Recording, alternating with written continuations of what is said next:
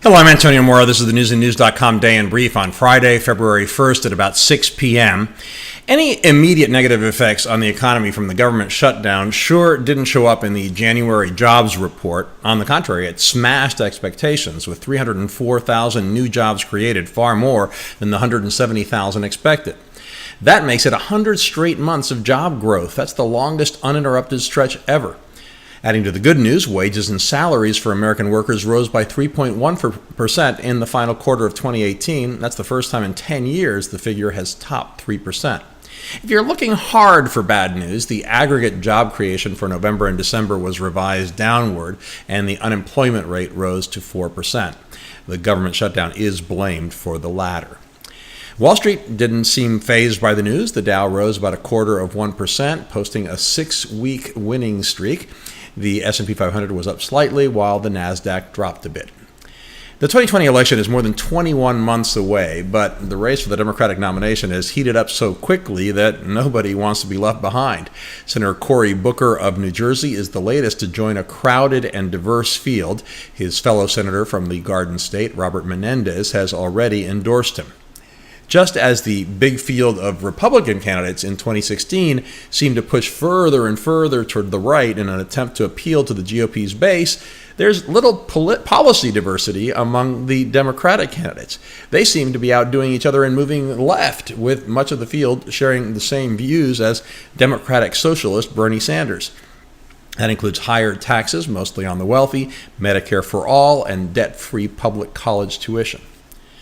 In a wide-ranging interview with the New York Times, President Trump said he's definitely running in 2020 and called the talks on the border wall a waste of time.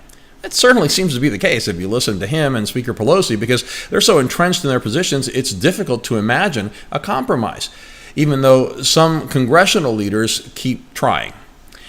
Trump slammed Pelosi and made it clear he would act on his own if a deal isn't reached. That would likely involve declaring a state of emergency to build the wall, which would get bogged down in a court battle.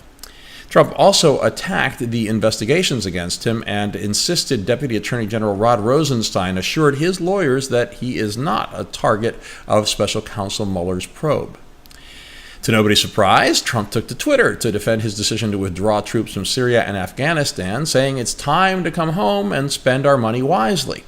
Thursday, a bipartisan vote in the Senate cautioned him against a quick withdrawal. That followed testimony on Capitol Hill earlier this week by U.S. intelligence chiefs who contradicted Trump's assessments of ISIS, Syria, Afghanistan, Iran, and North Korea. Donald Trump Jr. is going after Democrats who raised suspicions that he had called his father at the time of the infamous Trump Tower meeting. Senate investigators found records that indicated the calls to blocked numbers were not mysterious at all. Don Jr. had simply called longtime friends. A federal judge issued a stern warning to Roger Stone, telling him the Russia probe charges are not a book tour or a public relations campaign. She said she's considering a gag order for Trump's longtime friend. Trump told the New York Times that he and Stone never discussed WikiLeaks. Despite the loud warnings about the dangers of the polar vortex that put the eastern part of the U.S. in a deep freeze for days, at least 21 deaths are linked to it, as are dozens of cases of frostbite. Thermal whiplash is on its way, though. A quick warm-up this weekend will be followed by another cold blast. Fears of a new arms race after the U.S. announced it is suspending the Intermediate-Range Nuclear Forces Treaty with Russia. Both the Obama and Trump administrations have accused the Russians of building a missile that violates the treaty, but the Kremlin denies it. Nobody in their right minds wants another arms race, but Vladimir Putin would do well to remember the Soviet Union he's so nostalgic for came crashing down under the weight of military competition with the U.S.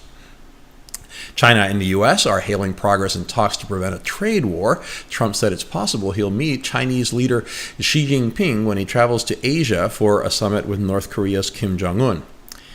What may be the largest protests in Venezuelan history are expected Saturday, demanding that the country's dictator, Nicolás Maduro, allow a transition to democracy. National Security Advisor John Bolton said that all options are on the table for intervention in Venezuela, but that no imminent U.S. military action is planned. Forget about the old saying to eat breakfast like a king, lunch like a prince, and dinner like a pauper. A study found eating a hearty breakfast doesn't help you eat less later in the day, so you end up eating more calories. The Super Bowl is about 48 hours away, and if you're planning on buying tickets at the last minute, be careful. $24 million of counterfeit tickets and merchandise have already been seized. Finally, if you don't like bats, and who does, you'll be very happy that you were not at the Spurs-Nets game in San Antonio's AT&T Center on Thursday night. Play had to stop while security guards tried to catch multiple bats who swarmed the arena. We have all the stories and much more updated around the clock 7 days a week on newsandnews.com, where you'll find all you need to know in one place. Please subscribe to our YouTube channel by clicking on the right of your screen just below this video. Please follow us on Facebook at Real News and News, and follow me on Twitter at AMoraTV. Have a great weekend. I will see you again on Monday.